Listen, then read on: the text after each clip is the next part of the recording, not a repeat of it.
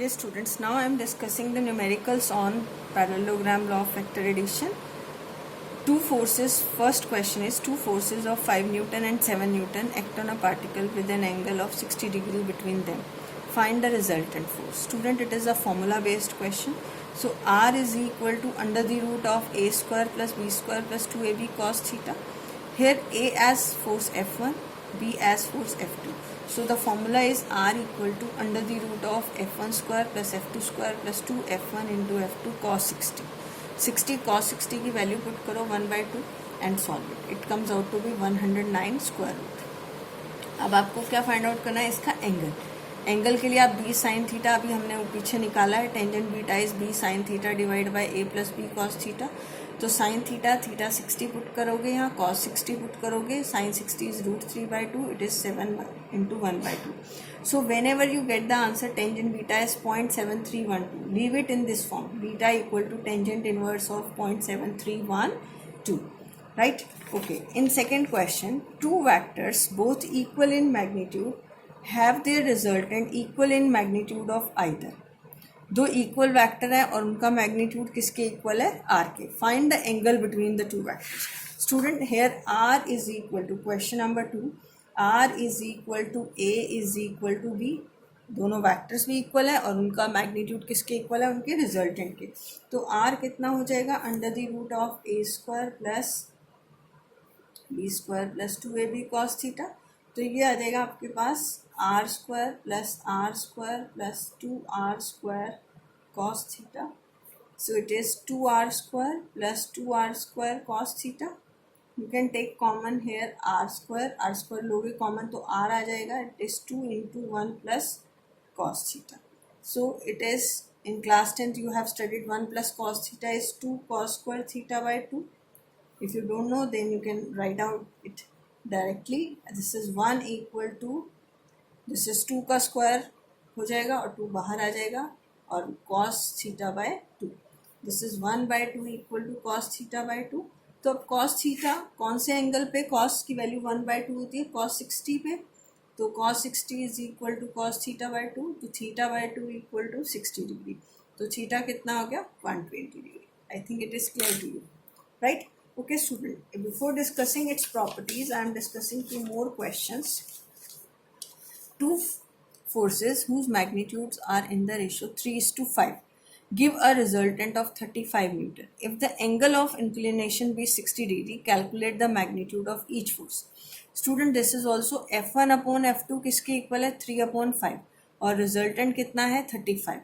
तो आप रिजल्टेंट की वैल्यू 35 रखना. F1 equal to this 3/5 times of F2 cos 60. इसे सॉल्व करोगे, ठीक है. F1 की वैल्यू आ जाएगी आपके पास 15 न्यूटन और F2 की वैल्यू कितनी आ जाएगी 25 newton. You can solve it. This is not a difficult task. Next is the greatest and the least resultant of two forces acting at a point are 29 newton and 5 newton. First of all in this question greatest and least, greatest का मतलब maximum value और least का मतलब minimum value. अभी हमने पीछे पढ़ा कि मैक्सिमम वैल्यू ऑफ रिजल्टेंट कितनी हो सकती है, a प्लस बी, और मिनिमम कितनी हो सकती है, a minus b. तो ये 29 and 5. If each force is increased by 3 Newton, आपने पहले a की वैल्यू निकाली, a इन दोनों को ऐड किया और एक बार सब्ट्रैक्ट किया. a कितना आ गया 17, b आ गया 12. अब एक नया वेक्टर आया, if you increase its value by 3, तो आपने 3 से इंक्रीज किया इसे, तो a डैश नया आ गया b 20 और b डैश आ गया 15.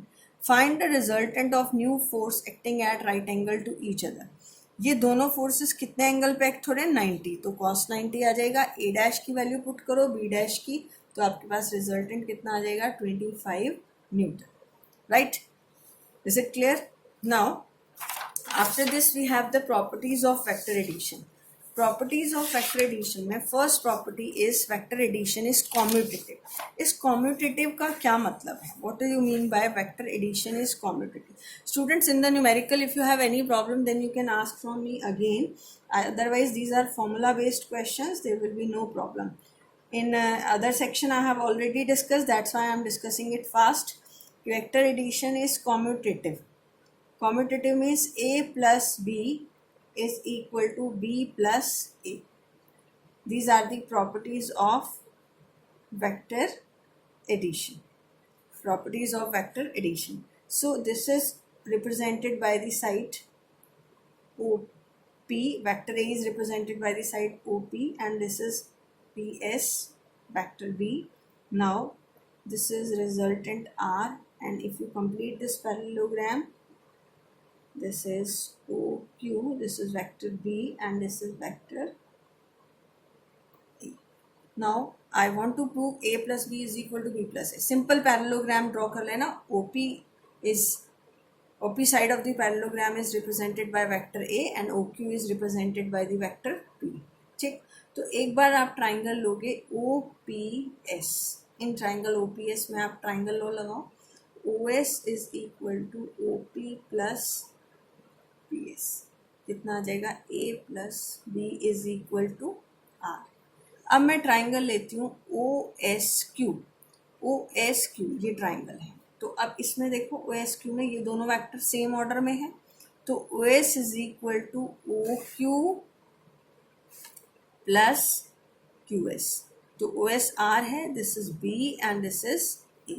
तो अब यहाँ से देखो हम कह सकते हैं A plus B is equal to B plus A.